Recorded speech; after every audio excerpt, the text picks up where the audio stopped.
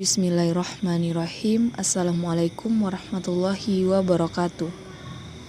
Puji syukur kehadiran Allah Subhanahu wa Ta'ala, yang mana berkatnya lelah kita dapat berkumpul pada hari ini dan dapat bertatap muka langsung lewat Zoom atau Meet.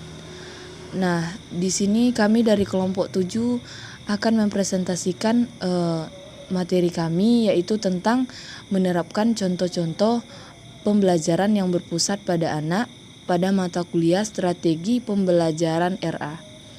Di sini kami beranggotakan, yaitu saya sendiri, Fitri Junita, dan rekan saya Irna Indrasari.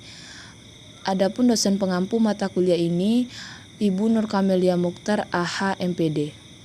Selanjutnya, adapun materi pembahasannya dibagi menjadi 4 poin, yaitu yang pertama, prosedur persiapan pembelajaran berpusat pada anak.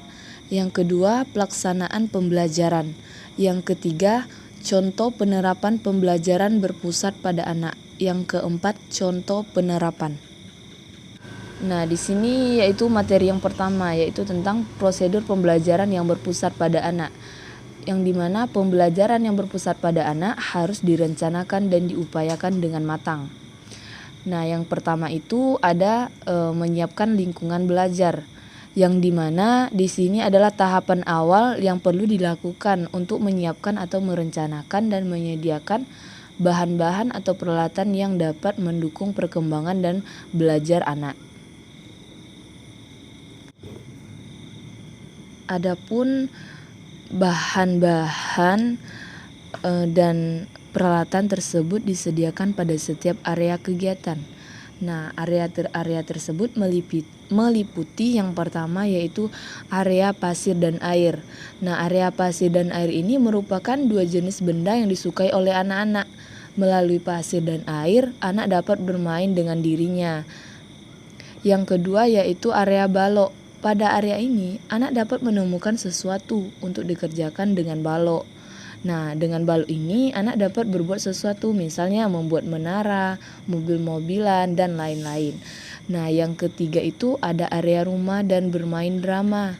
Nah, di sini area rumah atau area bermain balok dapat mendukung bermain secara individual maupun bekerja sama melalui kelompok. Nah, yang keempat itu area seni. Nah, area ini merupakan pusat kegiatan yang penuh dengan suasana senang, riang, dan menimbulkan kepuasan bagi anak-anak. Adapun tujuan utama area ini adalah untuk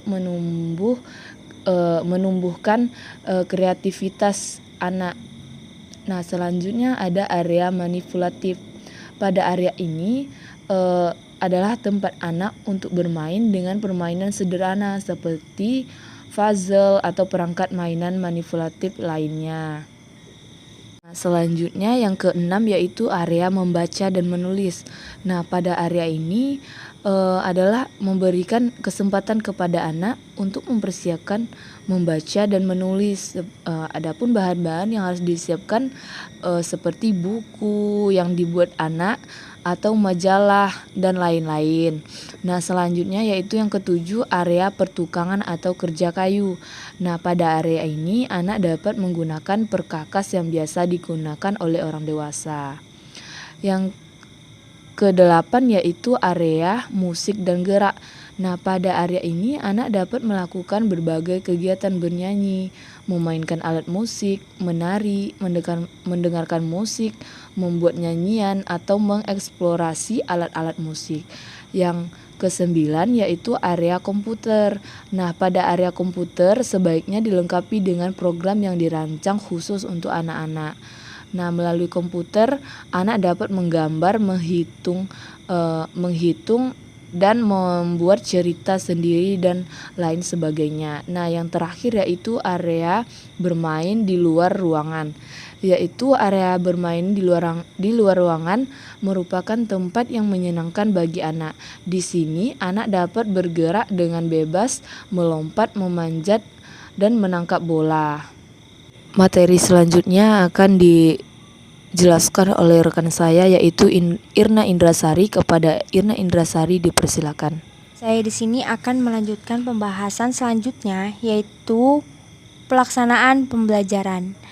Dalam pembelajaran yang berpusat pada anak dilibatkan bukan hanya dalam mengerjakan sesuatu, tetapi anak merencanakan sendiri kegiatannya. Pada tahap pelaksanaan pembelajaran terdiri dari 3 tahapan, yaitu yang pertama, tahap merencanakan. Pada tahap perencanaan, setiap anak mulai dengan memutuskan apa yang akan dikerjakan, mengemukakan gagasannya kepada guru. Guru hanya mendengarkan, bertanya, mencatat pertanyaan anak tersebut. Yang kedua yaitu tahap bekerja.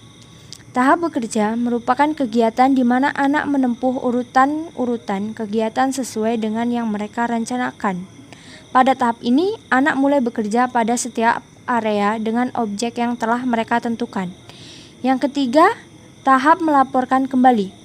Pada tahap ini, anak akan bertemu kembali dengan guru untuk membicarakan apa yang mereka telah lakukan pada tahap pembelajaran. Materi selanjutnya yaitu contoh penerapan pembelajaran yang berpusat pada anak. Pada materi ini terdapat langkah-langkah kegiatan dan dibagi menjadi 3 tahapan. Yang pertama, tahap merencanakan atau planning time. Tahap ini merupakan tahap awal dari semua awal kegiatan, karena pada tahap ini anak akan mengemukakan gagasan dan menentukan gagasan yang mereka buat. Ketika anak merencanakan sesuatu, mereka akan mengalami berbagai tugas pengembangan, diantaranya yang pertama, menentukan masalah yang akan dipecahkan. Contohnya, saya ingin tahu apa isi kotak itu. Yang kedua, membayangkan serta mengantisipasi kegiatan yang akan dilakukan. Contohnya, jika saya menarik bangku ke dekat kotak, saya akan tahu isi kotak itu. Yang ketiga, mengekspresikan minat mereka terhadap sesuatu. Hal ini dianggap penting karena ketika anak berminat akan sesuatu, mereka akan tampak lebih bersemangat dan memungkinkan terciptanya pembelajaran yang bersifat efektif. Yang kedua yaitu tahap bekerja atau work time. Pada tahap ini, anak sudah mulai bermain dan dapat memecahkan masalah. Pada tahap ini, anak melakukan hal-hal sebagai berikut. 1. Anak terlibat dalam proses inisiatif. Kedua, anak bermain dalam konteks sosial yang bervariasi. 3. Anak terlibat dalam jenis mainan yang berbeda. 4. Anak melakukan percakapan. Yang ketiga yaitu tahap review. Pada tahap ini, anak hanya mengemukakan atau memperlihatkan apa yang telah mereka lakukan pada tahap bekerja. Selanjutnya yaitu contoh penerapan. 1. Tahap perencanaan. Pada tahap ini, guru memberikan kesempatan pada anak untuk merencanakan kegiatan yang akan dilakukannya.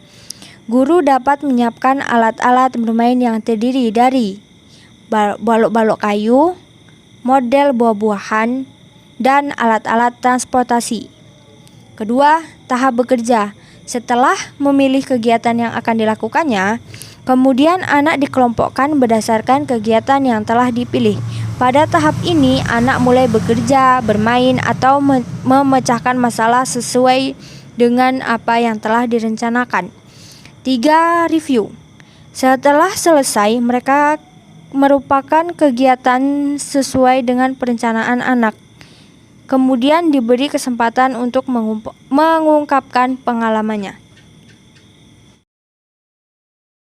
Adapun kesimpulan pada materi kami yaitu berdasarkan berbagai pengertian di atas dapat diambil kesimpulan bahwa pembelajaran yang berpusat pada anak harus direncanakan dan diupayakan dengan matang.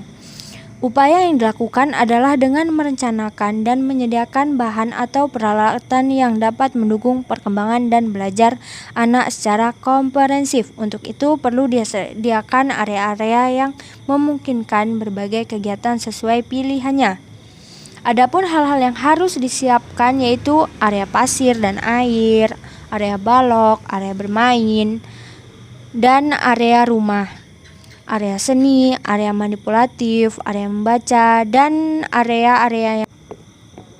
Sekian pembahasan dari kelompok kami. Apabila terdapat kesalahan dalam pengucapan kata, kami mohon maaf yang sebesar-besarnya. Kami akhiri wa billahi taufik wal hidayah. Wassalamualaikum warahmatullahi wabarakatuh.